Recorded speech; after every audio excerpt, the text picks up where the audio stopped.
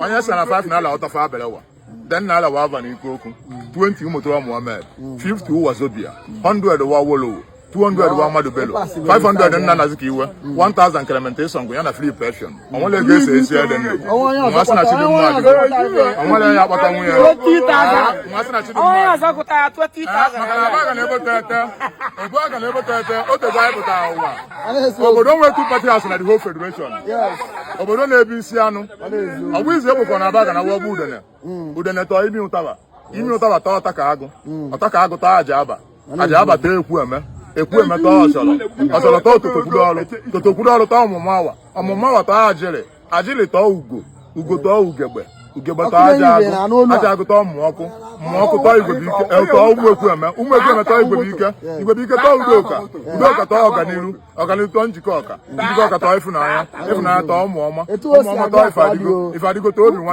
nwanne tọọ ife amaka tọọ ofu obi tọọ udo amaka ndị ọzọ Facebook ma fa ka ya apụtakwa maka asị elu ga-akwụ igbo n'ọkụ n'oke with 9 towns anyị ji wawụrụ Abaga na ebote ete Abaga na Enugu kwụgba Abaga na n'Imo gba Abaga na Abacha gba Abaga na Eziowele gba Abaga na Ụmụnachi gba Abaga na Niftelum gba Abaga na N'Ukpo gba Abaga na Enugu Agede gba Abaga na N'Ọfịa gba na azụba ngos iloze n'Ezinwe Obunagu kpọrọ m onye Abaga na na-echi echi ite naanị anyị ji wawụrụ Abaga na ebote ete akpọ Abaga na na-echi ogidi amanye na-echi enwe uru ọkpala na-echi ọkpala adagbo na-echi okwu iyi uru na-echi dejiri enoro ụmụdunu na-echi ọkọ ọfịa adagbo ụmụdunu na-echi dunu enoro ọfịa na-echi dịka udum adagbo ọla ọfịa na-echi shime kpọrọ m onye Abaga na obodo nwee first individual to call Blair Whale Sir Joseph Ozena Nwankwo who was born 1924 start business 1944 Give People's Club 1 million 1978. Celebrate 50 years in business 1993. Died 2004 at age of 80 years. Omero Galanya.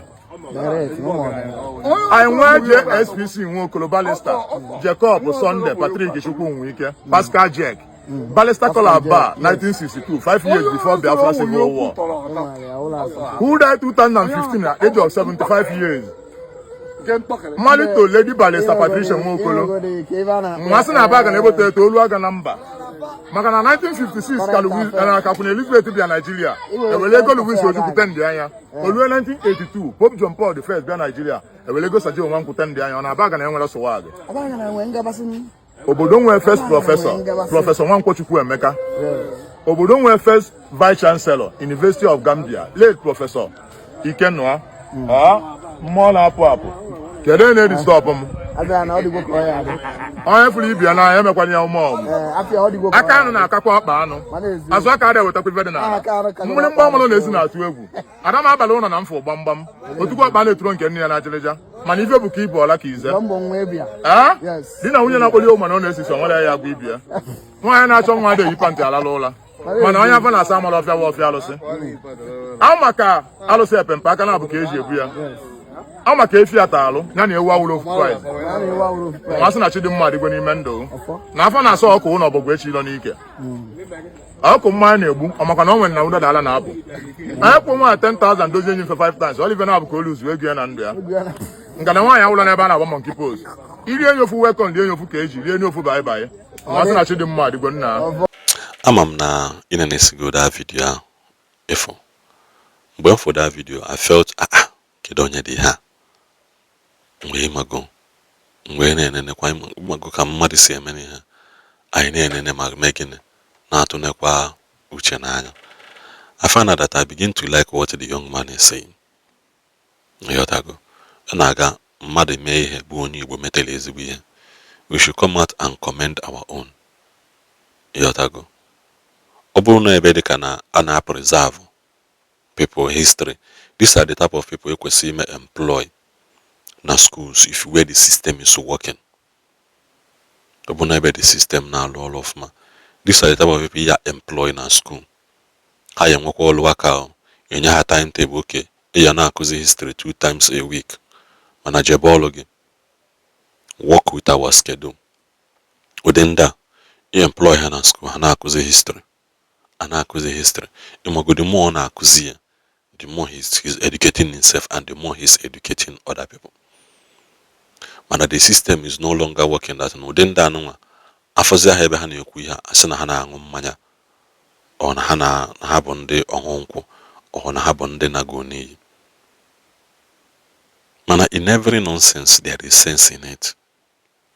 Ana m eweta video na ụdị na nchọ ịmụ ọkụ ya ọ na ụdị na nchọ ịmụgo n'ọkụ ekwue no. I'm eweta this video one to tell people that na people kanokwa.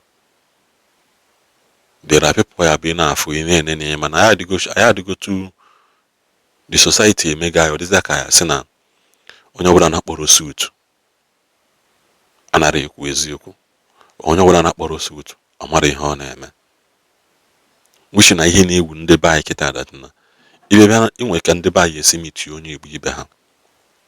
After na say you sound so Igbotic. You sound so Igbotic. Kedu ka isi ekwu dị ha? That in English you need to be polished because it now so Queen's English. You know, you need to be speaking in Queen's English so that you can be able to communicate and be able to, you know, to get the contact and get the, you know, the level of communication we want you to get. That your English and your intonation is not part of what we are doing here. So you need to, you know, hide your tongue and bring out your teeth outside to be able to speak in a language that many people will understand. You know, when you sound so Igbotic, people will not take you serious. You need to, you know, polish yourself, try to mingle, try to be whom they want you to be, you know, chest out to yourself, carve your beards very well. Don't wear all those Igbo attires of a thing. And make sure that you blend very well to the system. That you sound so Igbotic. All you need with the mother now. Enwere ka gị na onye Yoruba yesi kpaa nkata wee dị na enwere ka gị na onye Hausa yesi kpaa nkata ya ọ dị otu gị anla wallahi ohi na anụ. So iburizi onye Igbo nini dịrị ịdị na do that ka o wee bụrụkwa na ipolishili onwe gị ka o wee bụrụkwa na you know na bring your tongue outside. That sound na Igbotic. And then na ke shame ndị be anyị to that bụkwa ndị Igbo ahụ. Ndị Igbo anyị na-esokwa eshame kwa ndị be anyị to that thing na to that level ha chọọ ka ha dị. Enjuzi onwe gị kedu onye mere anyị ha? How did we get here? How did we get here as ndị Igbo?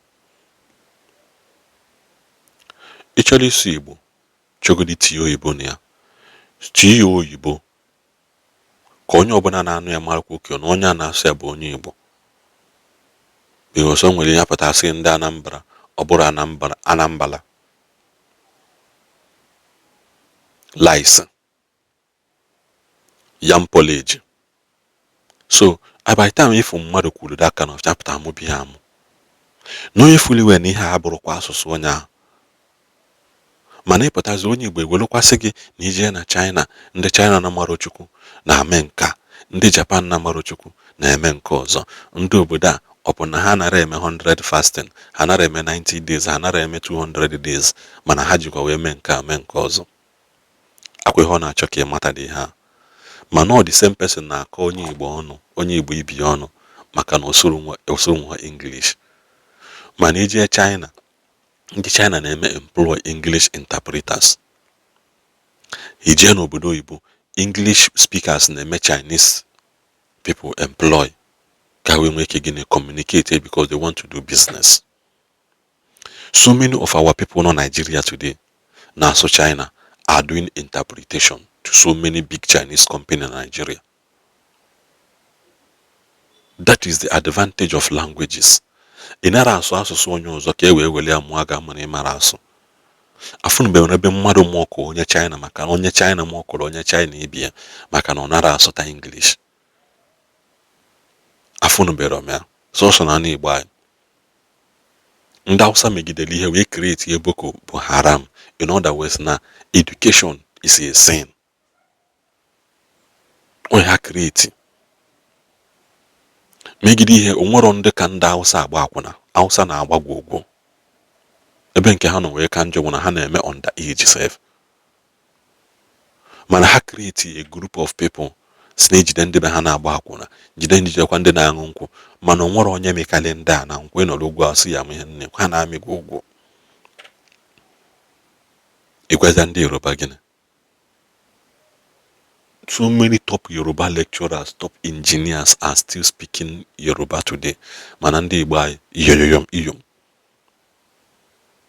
onye ọbụla stamp ha na visa or cross or check or ha na check in. Hello, what are you saying today? I don't know what you're talking about, my brother. All those things. Just in now. I was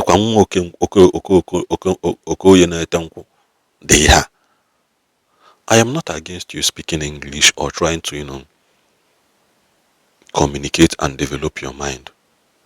It's a welcome development. And I keep as more kwa only Igbo ibegi because to you he or she sound Igbotic is what we are against. I'm only enjoy this video. Kabaru Tila of here in the comment section. Yotago. Call the one.